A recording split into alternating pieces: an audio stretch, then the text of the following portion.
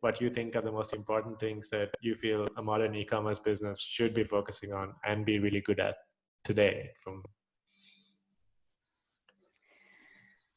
From that perspective, I would say to make sure you have really reliable developers, because I mean, I don't think a lot of people, unless they're big, are going to have in-house developers. So I've had struggles. My biggest struggle right now is probably finding consistent help on the development front. I have people who I thought have been really good, and then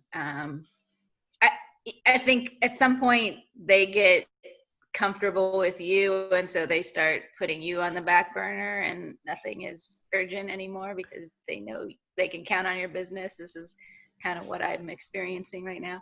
Having the reliable,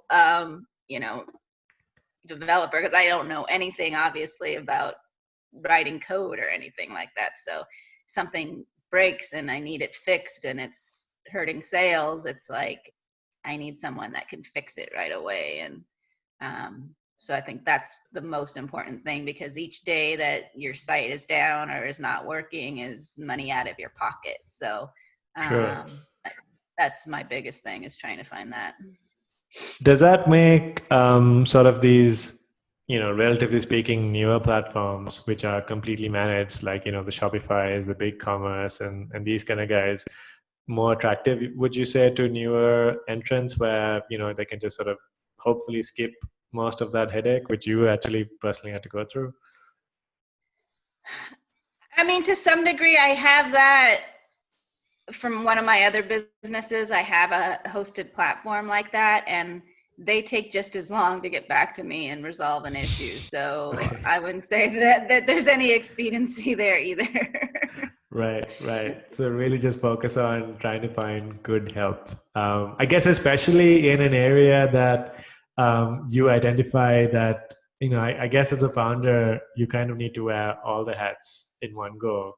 But then there are some hats that just because of a skill level or just a focus perspective, you can't. So you need to find someone reliable to try to plug that hole. And I guess tech is a big part of it, but it sounds like you've got the marketing and everything on hand. I mean, I know now there's quite a few people from the other side who know how to build a website but can't market to save their lives. So then maybe right. You gotta, okay, so let's talk about the marketing, because I think, even though I think from the tech perspective, it does get a little bit annoying, it is, you could kind of be a little bit formulaic there. But with marketing, I think it's a lot more about creativity and really trying to find who your customer is and things like that. How did you get started?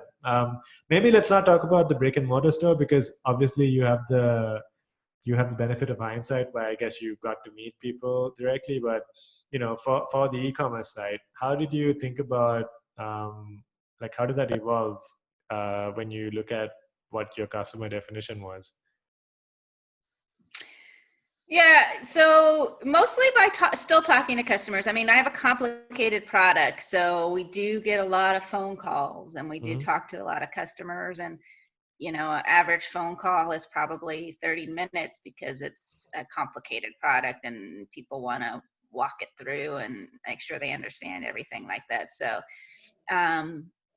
for a long time, I was taking most of the phone calls, because part of the issue with the product is it is complicated and there's so much to know, and especially if you're just with the prescription stuff. So even if I hired an optician who has all the prescription background, they don't have training usually in your normal coursework for opticianry that is the sports related. So it's all training, the sports part of the stuff. So I mostly just took phone calls for 15 years probably, just because it was just easier for me to just talk to the customer than try to train my employees to know everything I know. Right. And so that's how I developed, what products people were looking for, how to break down because the website's changed substantially over the course of time. And that was mostly just from talking to customers and saying that, they were like, well, where do I find this? Where do I find that? And so understanding that these are the things that they wanted to sort, be able to sort the website by to find stuff. And yeah, so that's just hands-on market research kind of stuff. I do have a degree in marketing, but I'm not the most creative person. So I have relied on outsourcing a lot of my marketing to people who are a little more creative than I am. And so that has helped too, just to have a different perspective on, I don't know everything. So having someone else, look at stuff and let me tell them, this is who my customer is, create something you think that they would like, has been helpful too.